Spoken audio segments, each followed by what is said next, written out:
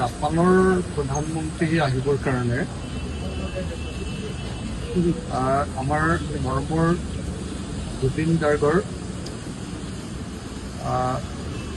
পত্ৰিক মচি দিয়া যিটো কাৰবাৰ,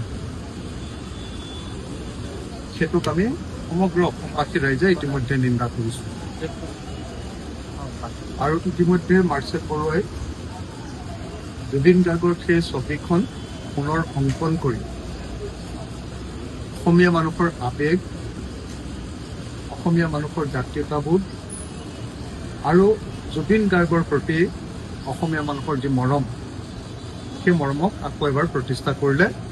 তাৰ কাৰণে মই মাৰ্চেল বৰুৱা আৰু তেওঁৰ সহযোগীসকলক আৰু লগতে যিসকলে মাৰ্চেল বৰুৱাক সহযোগ কৰিবৰ কাৰণে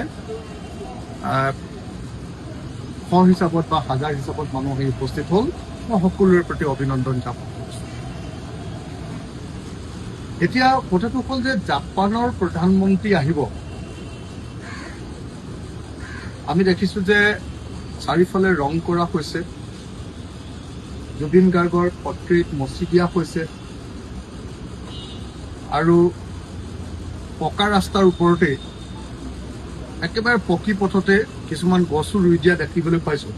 ৰাস্তাত একদম পকা ৰাস্তাৰ ভিতৰত ব্লাক টপিঙৰ অকণমান ভাঙি তাতে গছ ৰুই থকা দেখিবলৈ পোৱা গৈছে। আৰু এনেকুৱা ধৰণে অসম চৰকাৰে দেখুৱাব খুজিছে যে জাপানৰ প্ৰধানমন্ত্ৰী আহিলে অসমখনৰ এইবাৰ এটা আমূল পৰিৱৰ্তন হৈ যাব। জাপানৰ প্ৰধানমন্ত্ৰী আহি অসমখন পৰিৱৰ্তন কৰি থৈ গুচি যাব। জাপানৰ প্ৰধানমন্ত্ৰী আহিলে অসমৰ অৰ্থনৈতিক অৱস্থা সাংঘাতিক ধৰণে ভাল হ'ব আৰু অসম এখন উন্নত ৰাজ্যত পৰিণত হ'ব। এনেকুৱা ধৰণৰ বা অসমক দয়া কৰিব, পৰৱশ কৰিব, মৰম কৰিব, কিবা এটা দি যাব, তেনেকুৱা ধৰণৰ এটা ভাৱ প্ৰদৰ্শন কৰা দেখা গৈছে। আমি কা আন্দোলনৰ সময়তো দেখিছিলোঁ যে জাপানৰ প্ৰধানমন্ত্ৰীয়ে অহাক লৈ অসম চৰকাৰ সাংঘাতিক ধৰণৰ সোচ্চাৰ হৈছে। আৰু কা আন্দোলনকাৰীয়ে যেতিয়া সেই সময় গুৱাহাটীত থকা, মইতো জেলতে আছিলোঁ, আন্দোলনকাৰীয়ে যেতিয়া তাৰ প্ৰতিবাদ কৰিছিলে, তাৰ কাৰণে গোটেই অসমৰ ডেভেলপমেণ্ট স্তব্ধ হৈ গ'ল বুলি হাল্লা হুলস্থুল লগাইছে। এই কথাটো শুনিলে তাৰমানে মোৰ আমাৰ গাঁৱৰ এটা কাহিনীলৈ মনত পৰে। আমাৰ গাঁৱত মানে বলিন গগৈ বুলি এঘৰ মানুহ আছে।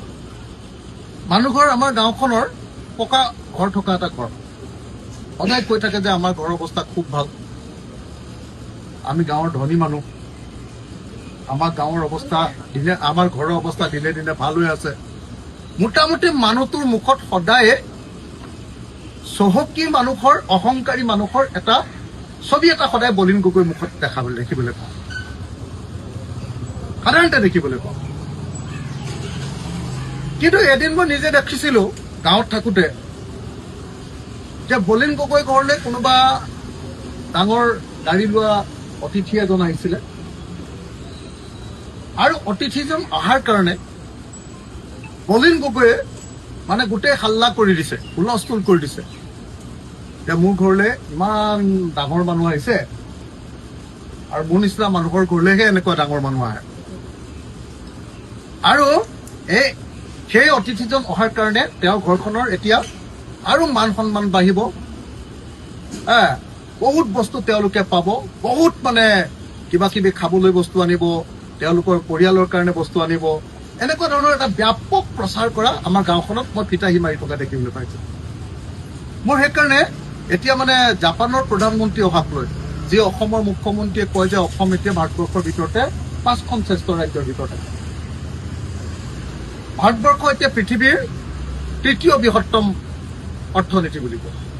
সেই 3য় বৃহত্তম অৰ্থনীতিৰ এখন ৰাজ্যই, তাকো 5 নম্বৰ ভিতৰত থকা এখন ৰাজ্যই, তাৰ মুখ্যমন্ত্ৰী আৰু তাৰ মন্ত্ৰীসকলে জাপানৰ প্ৰধানমন্ত্ৰীক লৈ আহিবলগীয়া যিটো উৎসাহ, এই উৎসাহটো আমাৰ গাঁৱৰ বলিন গগৈৰ উৎসাহটোৰ নিচিনাই লাগিছে। আমাৰ গাঁৱৰ বলিন গগৈয়ে মানে ধনী মানুহ এটা আহিব বুলি ভাবি মানে যিধৰণে তেওঁৰ ঘৰলৈ কি আনিব, কি ধৰণৰ মিঠাই আনিব, কি ধৰণৰ বস্তু দিব, কি ধৰণৰ গিফ্ট দিব, এই ধৰণে গাই বাই ফুৰিছিলে, তেনেকুৱা ধৰণৰ এটা কাৰবাৰ এটা দেখিবলৈ পাইছোঁ। সেইকাৰণে মই ভাবো যে এইটো হ'ল এটা ভিক্ষাবৃত্তি।